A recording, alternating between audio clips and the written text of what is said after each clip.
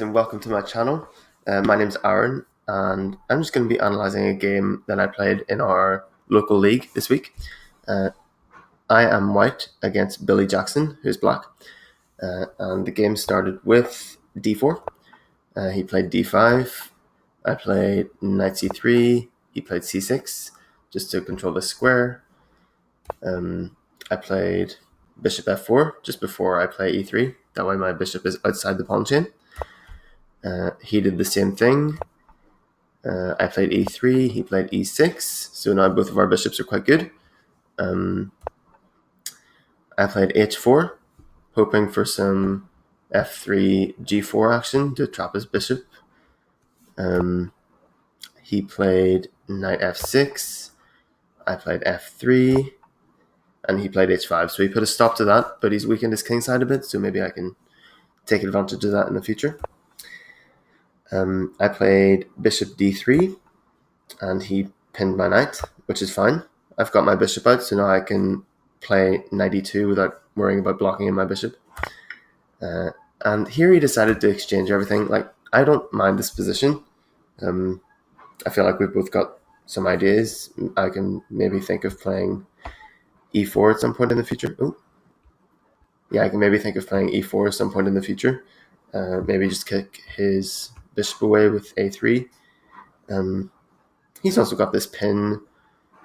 You might have some difficulty getting this knight active. I don't see many good squares. Maybe to here, and maybe into here. I don't know.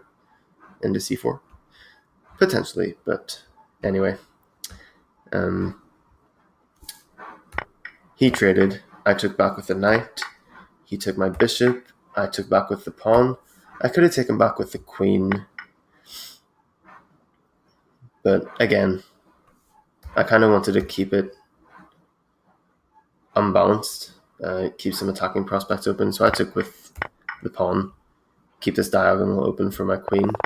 Oh, that was an accident. Okay. Let's try and get back. Cool.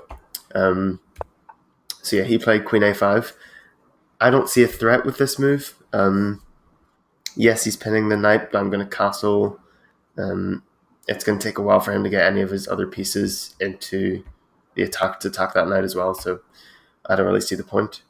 I took this opportunity to prevent him from castling, so his king is always going to be stuck in the center, at least for a while. So it's going to give me some opportunity to break open the center or attack him. He played knight a6. Again, it's difficult to develop his pieces. I played queen b3, just attacking that weak b7 pawn. And he played b5. Yeah, I guess it's the best way to defend the pawn. He could have tried queen b6. Maybe takes.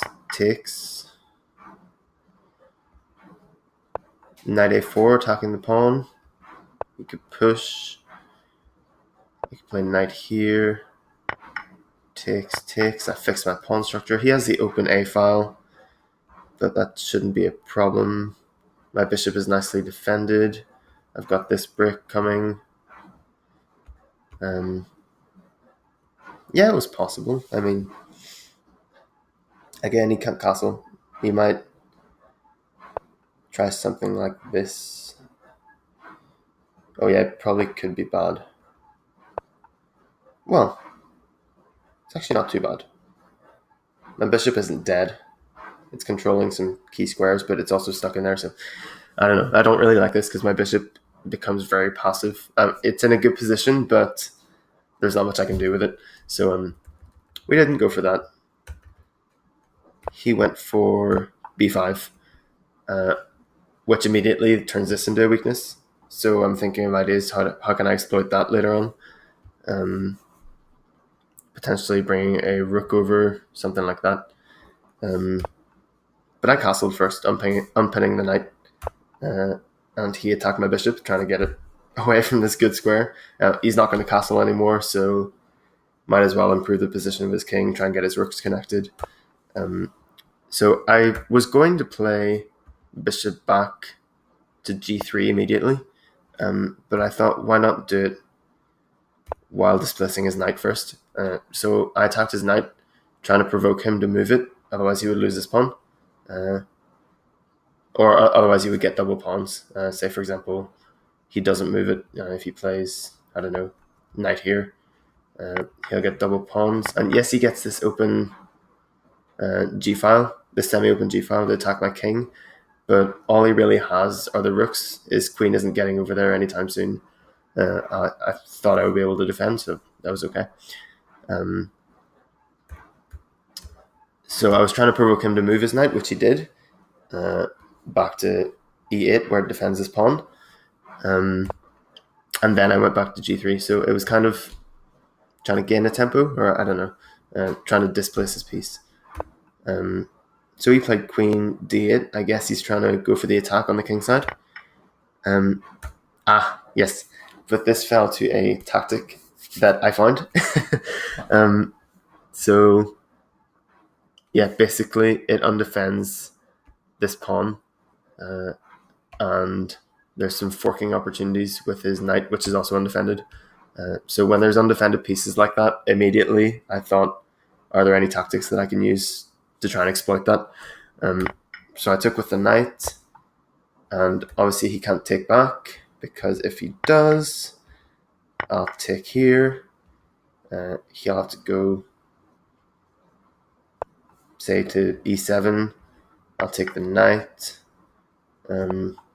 Say knight here, check. Something like this, and I'm up. What am I up? I have 8 pawns. He has 6, so I'm up 2 pawns. Winning. So obviously he can't take. So he played queen here.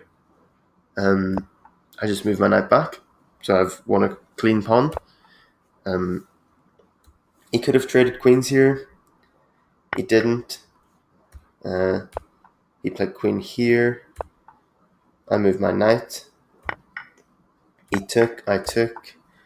He played knight here, but I'm just in time to defend that pawn with check. He moved his king.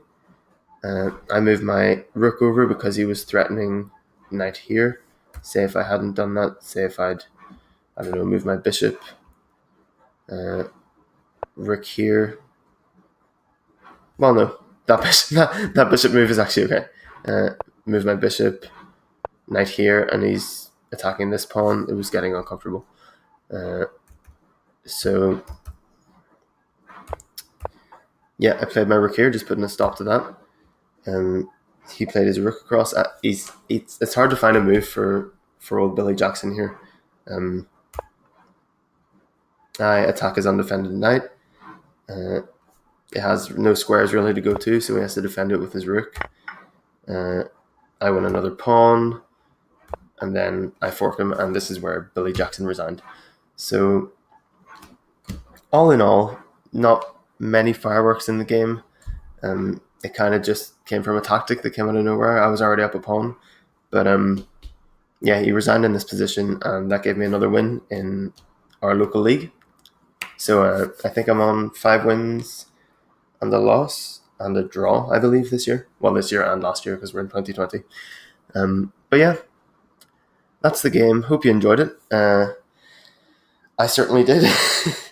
I've had some games that I enjoyed a lot less than this one. So yeah, I'll try and bring you guys some more games to enjoy. And yeah, that's pretty much it. So see you guys in the next one, and hope you have a lovely rest of the day. I messed it up. Hope you have a lovely rest of the day. Thank you. Bye.